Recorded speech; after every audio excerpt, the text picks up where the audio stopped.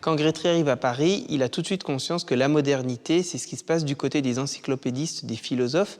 Et finalement, l'opéra comique étant un genre très moderne, et c'est le genre qui l'intéresse, il se retrouve immédiatement en contact avec les penseurs, les philosophes, et va donc à la fois vivre dans des salons, traverser des salons, des sociétés qui sont d'avant-garde, et puis s'associer pour ses livrets aux grands penseurs de l'époque, dont certains ne sont pas tous forcément des grands écrivains d'ailleurs, mais ce sont en tout cas des philosophes qui apportent à Grétry un éclairage nouveau sur ce que peut être le théâtre et ce que peut être la façon de toucher le public. Voilà, c'est pour ça.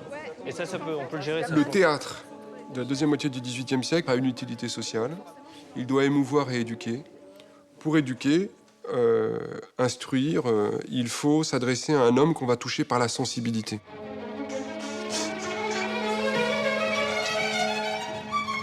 Les encyclopédistes, en fait, poussent les compositeurs à mettre en musique des situations réalistes et à des personnages un peu du quotidien. Donc dans l'opéra comique, on voit des gens qui pourraient être un peu chacun de nous, des mariages qu'on ne veut pas, des héritages qu'on ne doit pas avoir, enfin ce genre de sujets qui sont presque du marivaudage, et non pas des dieux, des déesses et des princesses.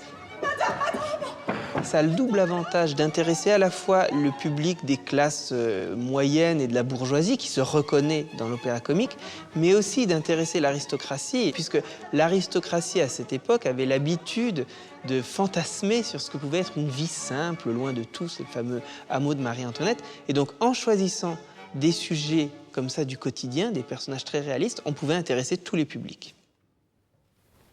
Je suis si vous en dire assez, que j'aime ce français, que j'aime ce